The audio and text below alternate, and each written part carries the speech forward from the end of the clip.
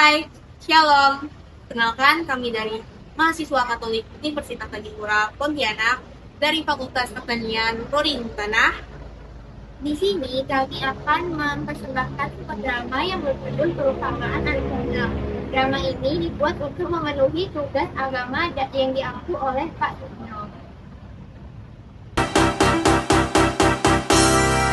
Matius, Markus, Lukas, Yohanes, Kisah Rasul, Roma, Korintus, Galatia, Efesus, Filipi, Kolose, kedua Tesalonika,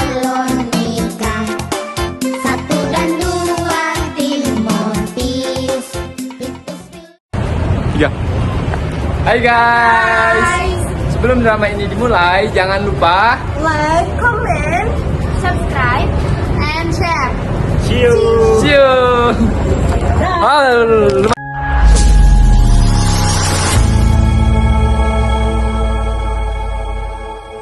Yesus berkata lagi, ada seorang mempunyai 2 anak laki-laki, kata yang bungsu kepada ayahnya, Bapa, berikanlah kepadaku bagian harta milik kita yang menjadi hakku.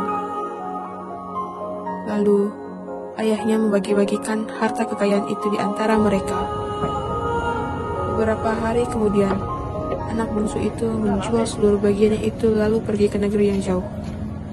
Di sana ia memboroskan harta miliknya itu dengan hidup berfoya-foya. watching over me.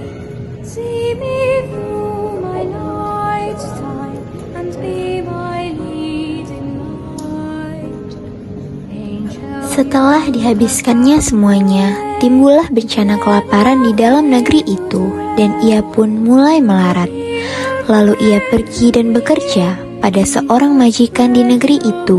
Orang itu menyuruhnya ke ladang untuk menjaga babinya.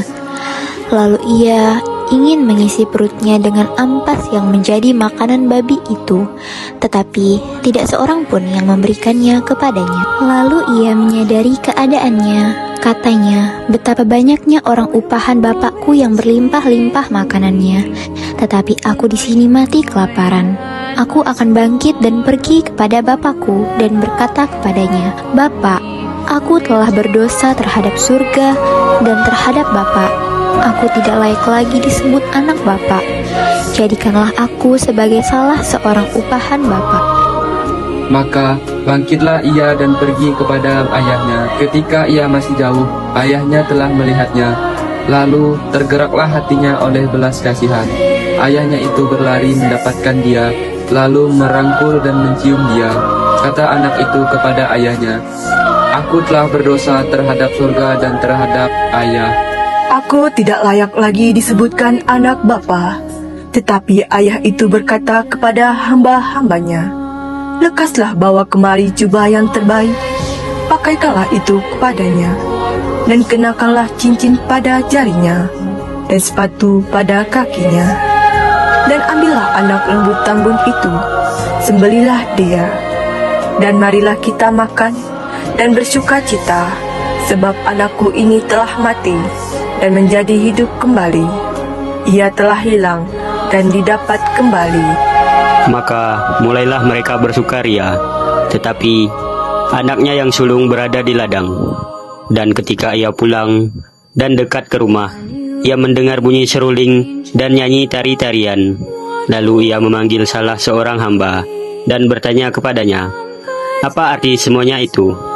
Jawab hamba itu, adikmu telah kembali dan ayahmu telah menyembeli anak lembu tambun karena ia mendapatkannya kembali dengan sehat. Maka marahlah anak sulung itu dan ia tidak mau masuk.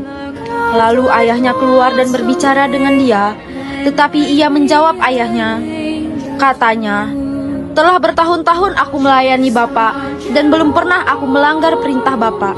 Tetapi kepadaku belum pernah Bapa memberikan seekor anak kambing untuk bersukacita dengan sahabat-sahabatku. Tapi baru saja datang anak Bapa yang telah memboroskan harta kekayaan Bapa bersama-sama dengan pelacur-pelacur. Maka Bapa menyembeli anak lembu tabun itu untuk dia.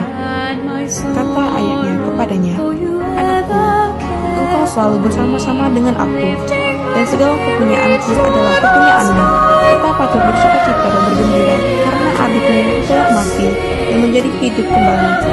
Ia telah hilang dan didapatkan kembali.